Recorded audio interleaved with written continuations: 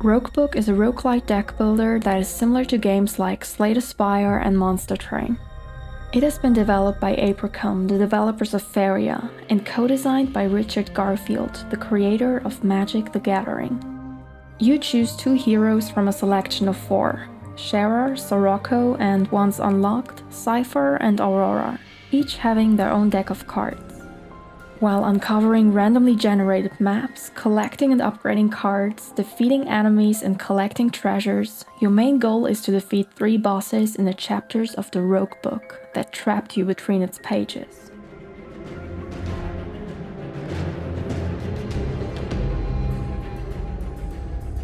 At first glance, Roguebook's turn-based combat looks quite similar to other games of this genre. In the beginning, each turn starts with 5 cards and 3 mana. You deal damage, gain block, and get buffs and debuffs. But there are several mechanics that put a nice spin to this. You play a deck that consists of cards from both of your heroes, so you need to find synergies that work. Your heroes share both mana and block, and their position is of great importance. Some of their attacks deal more or less damage depending on where they stand, and with most enemy attacks, only the one in the front line will take all the damage. So you need to look out for their strengths and weaknesses, and switch them by playing cards with charge attacks or block. Whenever a hero's health is fully depleted, they become unconscious and need to be revived by the second character with 5 resurrection cards. Each death will also clog up your deck with unplayable wound cards that will remain for the rest of the combat. The game will end when both of your heroes die, and you will gain experience plus new cards whenever one of them levels up.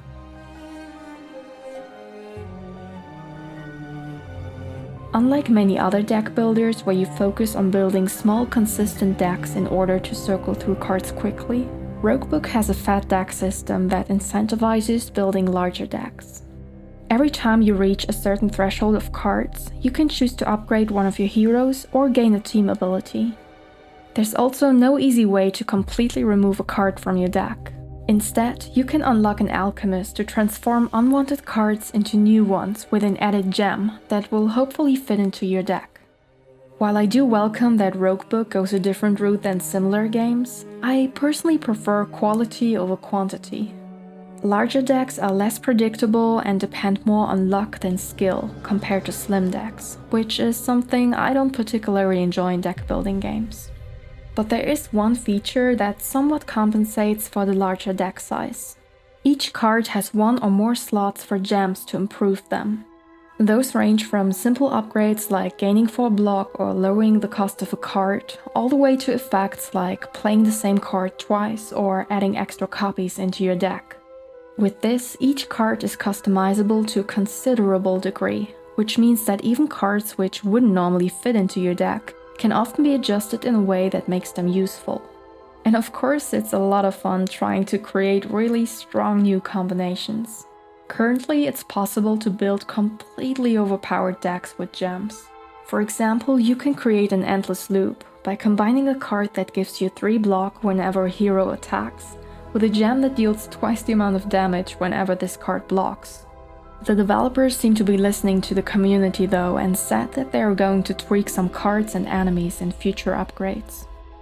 Another great feature that makes Roguebook special is the map. Apart from a few points of interest and the way to the boss, everything is hidden and needs to be revealed with brushes and inks. You start each chapter with 5 brushes that reveal tiles around your hero. Inks are for more precise reveals like straight lines or single tiles. This is a huge difference to games like Slay the Spire, where you can only choose different paths with set events. Theoretically, in Roguebook, you could immediately paint a way to the bosses and rush them. Although it's probably a good idea to stock up first. I really enjoyed this aspect of the game. It's fun to strategically use inks and brushes to reach points of interest and try to collect as much as possible. But you also need to watch your health, since the only way to heal up is by finding hearts that are quite rare. And believe me, you do not want to be low on health when you tackle the boss. Apart from normal elite and boss battles, there's much more to find on the maps, like magic vaults to draft a new card out of 3, sky towers that reveal a huge area, treasures that provide a passive bonus for the rest of the run, money, special events, and pages of the Roguebook to unlock permanent perks and additional points of interest between runs. There's also a merchant that can always be accessed between battles. He sells cards, gems, and treasures and restocks every time you enter a new chapter.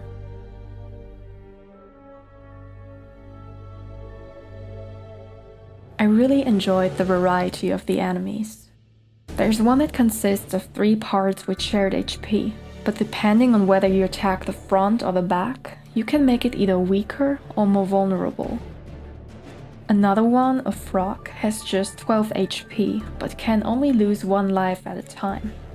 There are jellyfishes that lose health for every card you play, amphibians that get really angry when their partner dies, turtles that gain 20 block the first time they take damage each turn, a boss that dissolves your cards whenever you lose HP, and much more. I think they did a great job here, both with the mechanics and the visual design of the enemies. Another thing I was always looking forward to are the story events.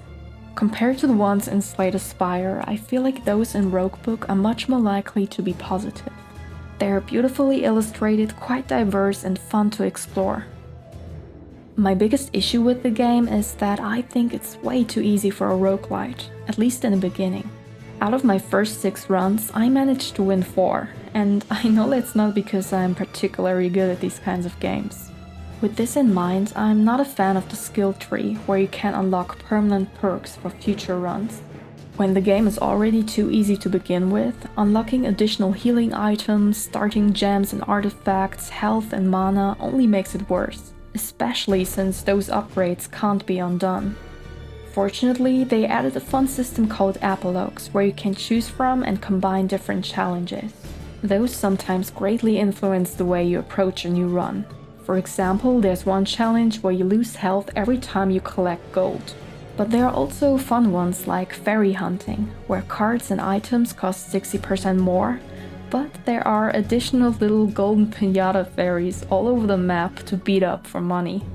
The epilogue system is a great idea that doesn't simply make the game harder by increasing the enemy's health and damage, but also adds a lot of versatility that makes future runs more fun. Both Slay the Spire and Monster Train are games that people often play for hundreds of hours. With numerous strategic possibilities, daily challenges, custom modes, and mod support, both of those games have a high replayability. In its current state, even with the epilogues, I don't see a similar replay value for Roguebook yet. There is no custom mode and no daily challenges, and the heroes don't offer as many possible builds as Slay the Spire, even with the gem upgrades in mind. 2 of the 4 heroes, Shara and Sirocco, feel very basic with their block, mana, dagger, and power skills. The other 2 have more interesting special abilities. Cypher has the ability to gain rage, and whenever he reaches 25, the next card you play will be much stronger. Aurora, on the other hand, carries a T-set around with her that can either heal her or deal damage to her enemies. There are of course other interesting strategies, most notably the ally system. With certain cards you can spawn allies with various abilities to help you for the rest of the battle.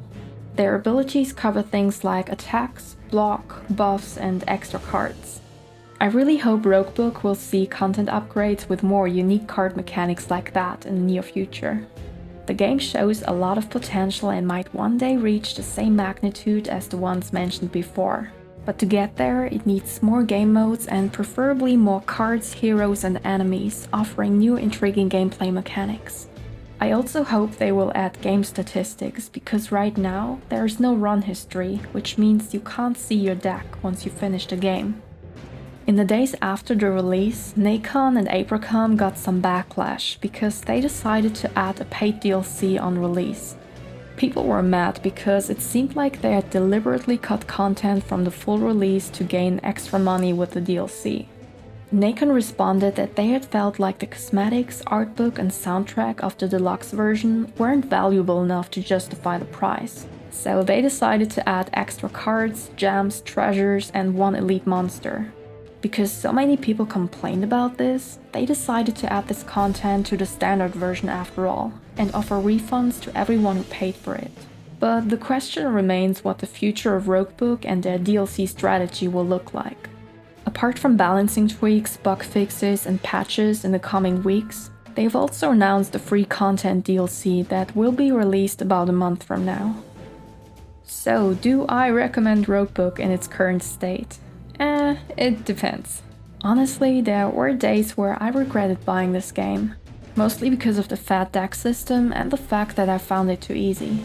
But then again, there were times where I really enjoyed it because of certain builds and challenging enemies with unique strengths and weaknesses.